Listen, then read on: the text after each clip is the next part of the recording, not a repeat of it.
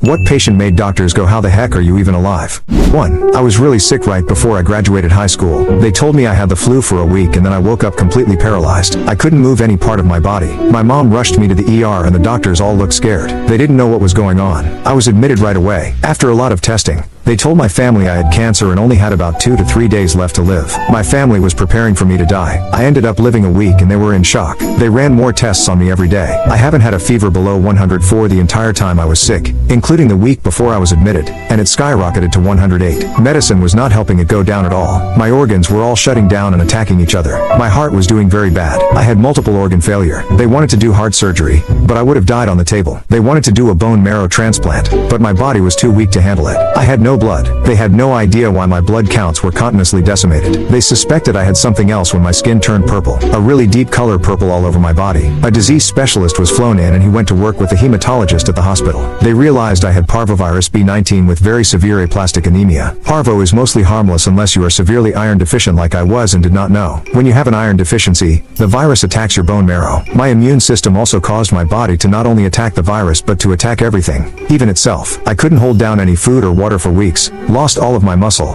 and struggled to stay sane from the high fevers. They told my mom I would be a vegetable and they didn't know if I would ever walk again. When I finally went home, I was 108 pounds and could not do anything on my own. My 6-year-old sister helped my single mom by helping me drink water and bringing me my multiple medications. I learned to walk again, but it was a very painful experience. I graduated high school. It has been almost 8 years now and my hematologist still looks at me like, wow, look at you. Exclamation mark. My hair had fallen out from the treatments, but now it is longer. I am in college with a perfect GPA and my first baby is due in 3 weeks. 2. I did. When I was 8 I went out for a bike ride with my dad, older sister and younger brother. I had just gotten the bike a month before for my birthday. It was the first bike I had with handlebar brakes. We were going down a somewhat steep hill from the base of the mountain, and I had the gear shift stupidly all the way up. I had already been going fairly fast and turned the corner at the top of the hill without slowing down. As I was getting down the hill I started to panic because I realized I was going too fast. My dad said my top speed down the hill was about 45 to 50 miles per hour. I panicked even more because this being my first mountain bike, I couldn't remember which brake was for the rear wheel. I immediately thought,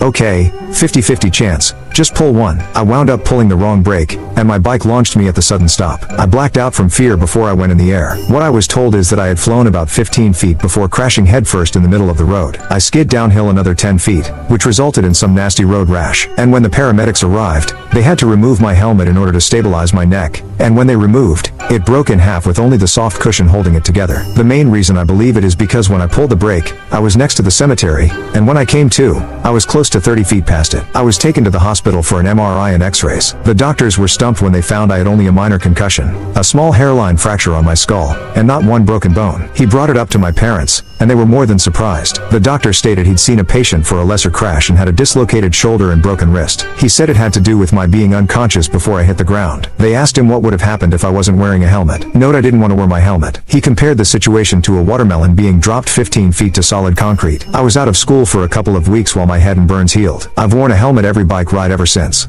3. My wife had been to the ER via ambulance, twice in one day, both times after falling. At the second visit they did some blood tests and found her hemoglobin was 6.5, should be 12-18 or so. That got her admitted for a bunch of testing. After a week of testing and not finding the source of bleeding, some blood transfusions and her hemoglobin going up a bit, she checked herself out. Bad idea. The next day she couldn't sit up in bed, so I had to call the paramedics. Again, back to the ER. At that point, she is barely conscious but you can shake her and get a 1-2 word response to a question. They check her hemoglobin and it's now 3.2 and her blood looks like Kool-Aid transparent. I'm not in the medical field, but I know that is crazy low, dangerously low, and blood shouldn't look at all like that. While waiting for them to get red blood cells for transfusion, there's a nurse in the room with us, and she's telling me how surprised she is that my wife is semi-conscious, as hemoglobin that low typically results in heart attack and or death. Really? That's what you tell a family member? Exclamation mark. In case that didn't say how serious it was, once they had the PRBCs, they had one running into each hand, both set to the max flow rate of 999 milliliters per hour on the fourth pump. It was another 4 weeks, about 60 units of blood products and a couple more really close calls until they finally found the bleed. I think I aged 20 years in those 5 weeks.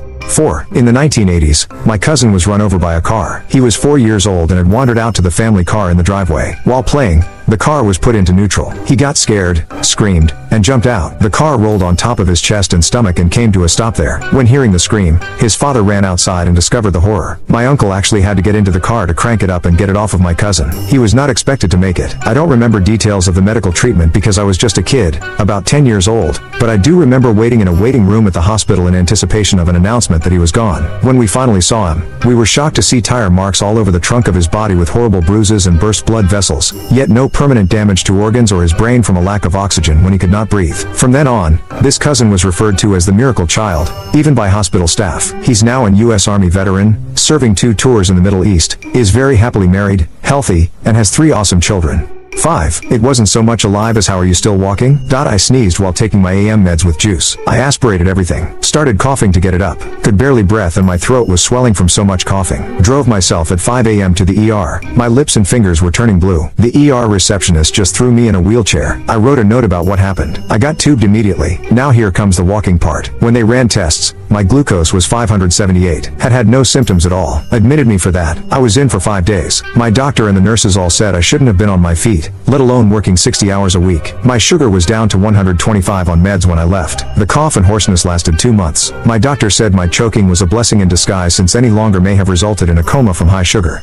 6. A 54-year-old patient came by ambulance to my trauma unit. His blood pressure was 77/palp. The paramedics couldn't get blood in him because he was so dehydrated and his veins were flaccid, diabetic veins. In the trauma unit, we ran 3 units of O-neg. The thing is that he was not in shock and perfectly coherent, asking me why he was still alive with a blood pressure that low. All his organ systems were failing. His platelets were circling the drain. Creatinine level was sky high. Liver enzymes off the chart. He wasn't bleeding because his bone marrow wasn't producing blood cells. Nevertheless, we were having a conversation about anti-anxiety agents just as if we were sitting at a bar having a drink together. Anyway, the human body does everything it can possibly do to survive up to the last breath. If the paramedics had gotten to him an hour later, he would have been a corpse. So, even though all his organs were failing, all the remaining blood in his body was being directed to the brain and spinal cord to protect the central nervous system. After 3 units, we transferred him to the ICU. 2 days later, to the cardiology floor. Another 2 days later, he was released. I was told that he walked right out the door. No wheelchair needed. Just another day in the life of an alcoholic.